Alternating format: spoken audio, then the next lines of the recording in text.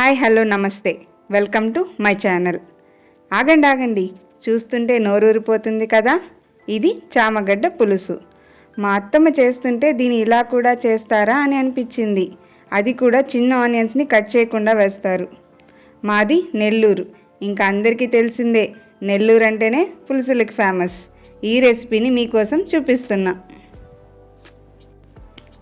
దీనికి నేను పెద్దగా కొలతలేమి తీసుకోలేదు. 1/2 kg చామగడ్డ, 2 onions, 2 tomatoes, 1 lemon size చింతపండు.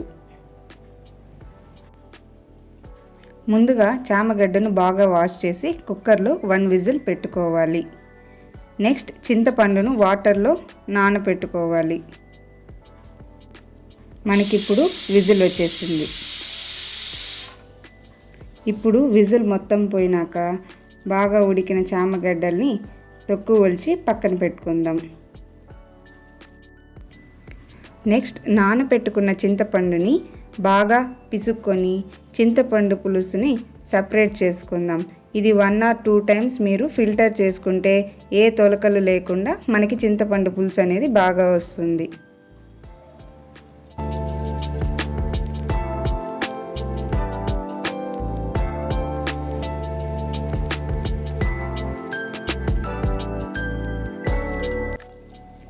ఇప్పుడు స్టవ్ ఆన్ చేసి ప్యాన్లో 3 టేబుల్ స్పూన్ ఆయిల్ వేసుకుందాం. ఆయిల్ కొంచెం బాగా వేడయ్యాక ఆవాలు, జీలకర్ర వేసుకోవాలి. అవి కాస్త చిటపటలాడాక కట్ చేసుకున్న ఆనియన్స్ వేసుకుందాం. ఆనియన్స్ సన్నగా కాకుండా ఇలా కొద్దిగా లావుగా కట్ చేసుకోవాలి. పులుసులో ఉడికిన ఆనియన్స్ అలా అన్నంలో తింటుంటే టేస్ట్గా ఉంటుంది.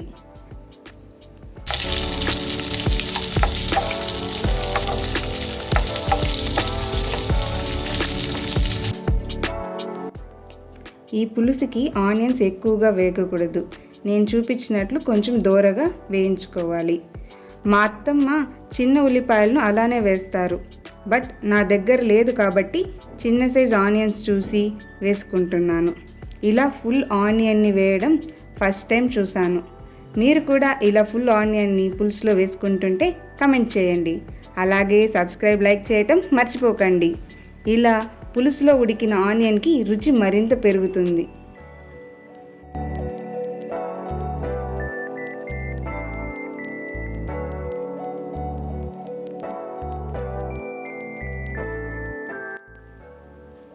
ఇలా ఆనియన్స్ బాగా వేగాక కట్ చేసుకున్న టమాటాను వేసుకొని కొంచెం వేయించుకోవాలి.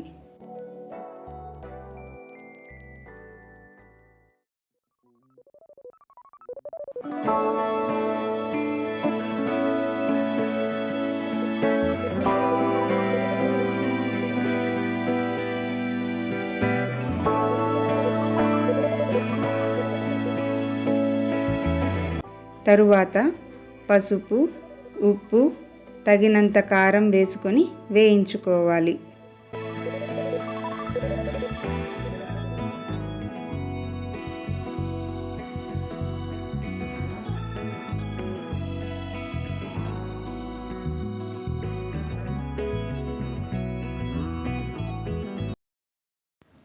ఇలా వేగాక ముందుగా ఉడికించుకున్న చామగడ్డల్ని వేసుకొని బాగా కలుపుకోవాలి. ఇక్కడ మనం 1 విజిల్ పెట్టుకుంటే చామగడ్డలకి సరిపోతుంది. అదే 2 విజిల్ పైన పెట్టుకుంటే చామగడ్డలు బాగా చెదిరిపోయి మనకి పులుసు అనేది కన్సిస్టెన్సీలోకి రాదు. ఇలా కుక్కర్లోనే కాదు డబర్లో కూడా ఉడికించుకోవచ్చు. కానీ మనం ఎక్కువ ఉడకకుండా చూసుకోవాలి. గడ్డ చిదిరితే పులుసుకు ఆ రుచేముందండి. అన్నం ముద్దలో చామగడ్డను పెట్టుకొని తింటే కదా ఆ రుచి. ఏ మాటికి ఆ మాట చెప్పాలండి. అన్నం ముద్దలో చిన్ని ఉల్లిపాయ, చామగడ్డ కలుపుకొని ఆ ముద్ద నోట్లో పెట్టుకుంటే ఆ రుచే వేరు.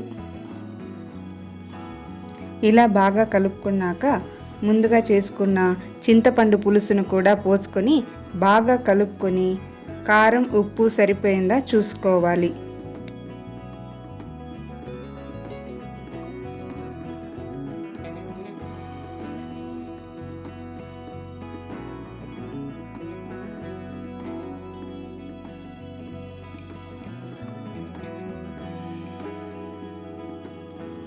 నాకు ఇక్కడ కారం సరిపోలేదు కాబట్టి నేను మళ్ళీ కావాల్సినంత కారంని యాడ్ చేసుకుంటున్నాను. పులుసుకు తగినంత కారం వేసుకుంటేనే ఆ కూర రుచిగా ఉంటుంది.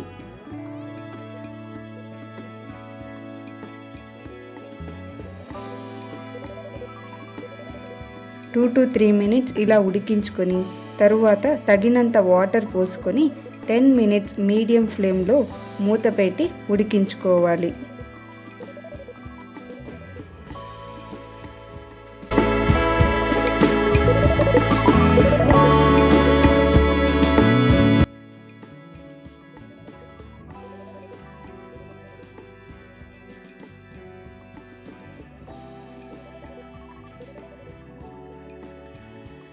టెన్ మినిట్స్ అయిపోయింది. ఇప్పుడు మూత తీసి చూసుకుందాం ఉడికిందో లేదో. పులుసు బాగా ఉడికింది. నేను అనుకున్న కన్సిస్టెన్సీ కూడా వచ్చేసింది. కొంతమంది పులుసుని పలసగా పెట్టుకుంటారు. అలా కావాలంటే మనం ముందుగా వాటర్ పోసుకున్నప్పుడే మరింత వాటర్ను యాడ్ చేసుకోవాలి. అంతేనండి, మనం ఎంతో టేస్టీ అయిన చామగడ్డ పులుసు రెడీ అయిపోయింది. మీరు కూడా ఒకసారి ఇలా ట్రై చేయండి, చాలా రుచిగా ఉంటుంది. ఈ వీడియో మీకు నచ్చింది అనుకుంటున్నా. నచ్చితే please like, share and subscribe to ఓ బాటసారి.